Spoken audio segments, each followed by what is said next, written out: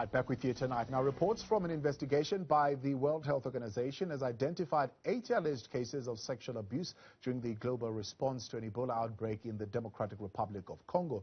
The sexual offenses are reported to have been committed by staff hired locally, as well as members of the international teams in the country from the years 2018 to 2020. Now, as part of the investigation, dozens of women made it known that they were offered work in exchange for sex, while some were victims of rape. The World Health Organization director has apologized to the victims and has promised to punish the perpetrators.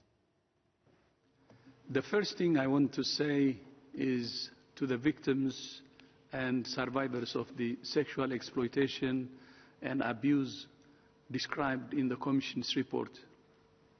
I'm sorry. I'm sorry for what was done to you by people who were employed by WHO to serve and protect you. I'm sorry for the ongoing suffering that these events must cause. I'm sorry that you have had to relieve them in talking to the Commission about your experiences. Thank you for your courage in doing so. What happened to you should never happen to anyone. It is inexcusable. It's my top priority to ensure that the perpetrators are not excused but are held to account. All right, joining us now to give us more details is the co-chair of the Independent Commission, Dr. Aïchatou Mindaoudou, and she is, of course, speaking around this particular issue. By the way, Dr. Aïchatou, thank you very much for joining us tonight here on In Focus. This could be described as one of the biggest controversies to face the United Nations institution in years, this wide-scale sexual wrongdoing linked to this body. What does this mean? So it is, thank you for having me this evening. It is true that the scale of the abuses we found is very large. We also were very surprised about it. So the fact is that the Commission investigated and pointed out the names of all the perpetrators. The most important now is the implementation of the recommendations we put forward, notably bringing the perpetrators in justice. Yeah. I think that if this is done, and this should be done, the way some staff of the United Nations or the institutions behave in the field will stop. It is because of the impunity, the feeling of the impunity that this issue is going on and on. Yeah. And the fact that the WHO director chose a different way of doing this business, notably, you know, the fact he chose the option of putting together an independent commission to review the allegations instead of going through the traditional investigation system. So this is very new, and I think that it is the reason also all the allegations that have been indicated, we were able to assess them and then to confirm them, because we confirmed all of them. Yeah. We spoke, we undertook. How were you able to obtain the identities of the 83 perpetrators to be able to confirm these allegations? Yes, you know, we undertook 5 field missions. We conducted 210 interviews. We interviewed 75 alleged victims. We interviewed 23 WHO staff including 15 of them with various responsibilities. So we were able to find out who did what by talking with the alleged victims.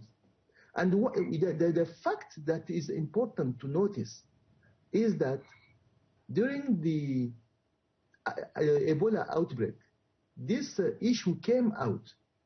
The organization was aware of it. So they opened a kind of line on which the victims can come and complain. But nobody actually used this line and nobody complained. We found out that the reason is that feeling of impunity. Because in the communities, when they saw and they understood that even though complaints are filed, nothing will happen. It is normal that nobody would use the procedure or the channel open for that. Okay. So the hotline was there, but wasn't used. So when the independent commission jumped in, the victims really collaborate. They came, they spoke to us, they spoke to our investigators, and it is how we were able to identify the perpetrators. Yeah.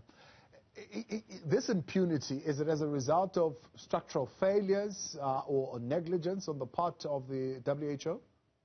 Both of them.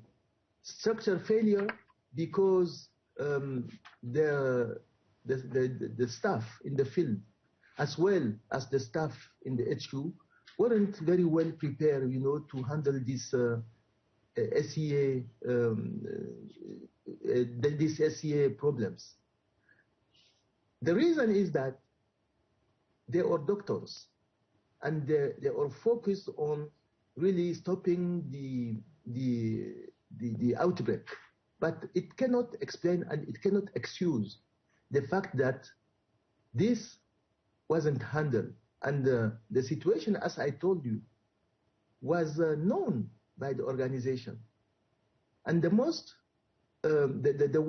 worst thing we found is that there was a kind of misinterpretation of the term beneficiaries. The policies in WHO speaks about beneficiaries. Beneficiaries are the people who benefit directly or indirectly of the assistance of the WHO. But the senior staff in charge of this file, in charge of fighting the SEA, they just said, they don't just consider a beneficiary that it applies only to a beneficiary, and for them the beneficiary is the direct person who is benefiting from WHO support, and all the others, so they can be abused and nothing will happen because they are not beneficiaries. So it is a structural failure, I think, and the negligence we found is that the people, the senior staff who have known about the situation, instead of taking the concrete actions, the requested action, because the policies clearly indicates which action should be taken. They didn't do. So this is negligence. And what support has now been offered to the victims since then, and maybe the kind of support that they did get previously? So we found that lately some of them got psychological support, but the majority of them didn't get any support.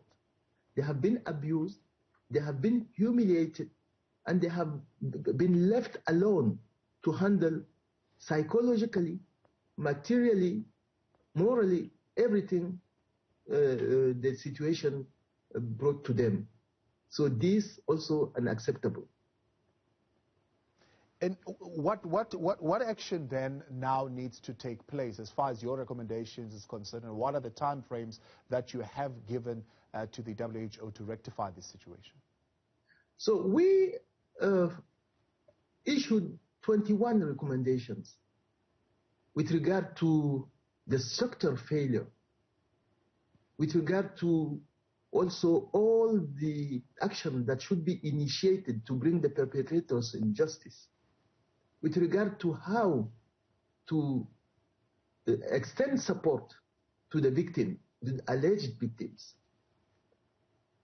We also proposed the institution of a follow-up committee in 2 months following the release of the report.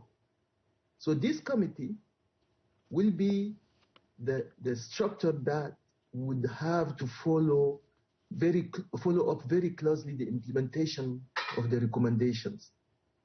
What I can say is that you have heard it certainly, because yesterday the Director General of WHO took the commitment that he will implement the entire recommendations put forward by the Commission.